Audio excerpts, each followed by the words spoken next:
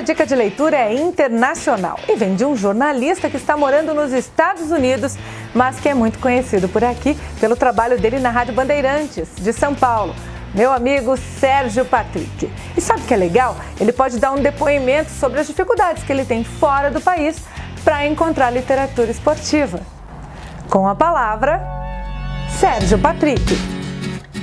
Oi, estou aqui com a minha pilha de livros para falar de uma das coisas que eu mais gosto na vida. Estou sempre com 2 ou 3 na minha cabeceira, tenho essa mania de ler livros simultaneamente, não consigo começar um só e terminar, eu quero abrir outros, às vezes minha cabeça está mais focada num assunto ou eu estou com mais vontade de ler sobre um tema diferente, então eu tenho essa mania. Eu separei aqui algumas das leituras mais recentes.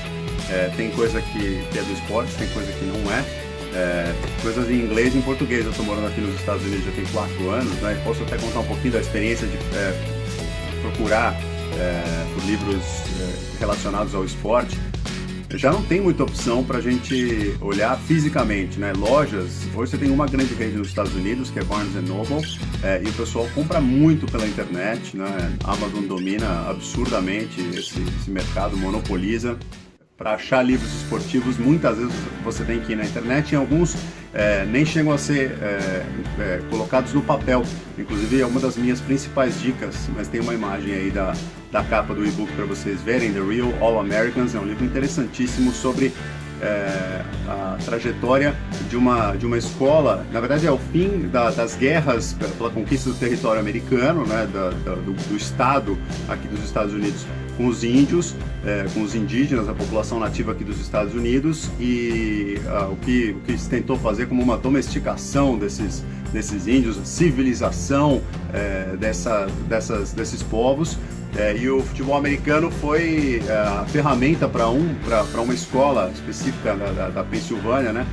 Para os índios dessa escola mostrarem o seu orgulho, para eles conseguirem se sentir representados. E é uma história belíssima porque eles inclusive criaram boa parte da ideia do jogo que a gente conhece hoje, né? E que é um jogo tão importante para os americanos. Então esse é um livro que eu acho muito legal.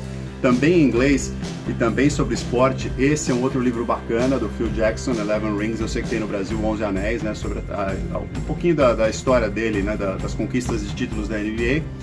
E o legal é que ele fala um pouco de liderança, ou fala muito, né, na verdade, de como ele liderou as equipes, de como ele fez para poder superar algumas adversidades, liderando alguns craques geniosos como o Michael Jordan, principalmente o Kobe Bryant.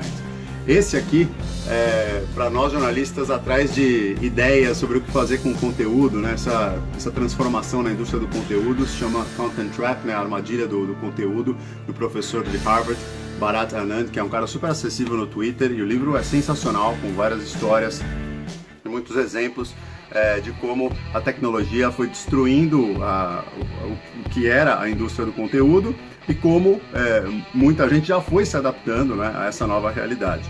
E 2 livros em português que eu separei, que eu li recentemente. Um deles é sobre arquitetura, que é uma outra coisa que eu gosto muito, do Raul Justilores, que eu conheci aqui nos Estados Unidos, ele trabalhando pela Folha, eu trabalhando pela Band.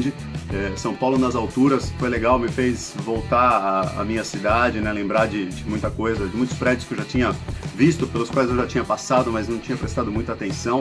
É uma história muito legal da cidade, nessa relação com a arquitetura, e até uma discussão muito boa, né, sobre a relação da cidade com esses espaços. E para completar, do Fernando Fernandes e do meu grande amigo Pablo Miyazawa, Inquebrável. É uma história que tem muita relação com o esporte, né? O esporte foi uma ferramenta importantíssima para o Fernando para superar uma tragédia pessoal, e ele acabou virando um exemplo, né? E tem a participação de um dos grandes amigos meus da vida, o Pablo Miyazawa, escrevendo esse livro com o Fernando. Então eu gostei muito de ler e recomendo também. Um abraço para vocês. Muito legal, né? Esse livro que ele mostrou do Phil Jackson tem aqui no Brasil, 11 Anéis, mas outro que deve aparecer por aqui também, que é dele, é o Cestas Sagradas. Esse já foi até uma indicação de leitura que o Tite me deu numa entrevista certa vez. Então, esse livro do Phil Jackson vai aparecer aqui no Leitura do Jogo. E você já sabe, né? Curta o canal, se inscreva e procure a gente também nas redes sociais. Twitter e Instagram, Lara Mota. Lá no Facebook tem a nossa fanpage Jogo da Leitura. Semana que vem tem mais dicas. Tchau, boa leitura!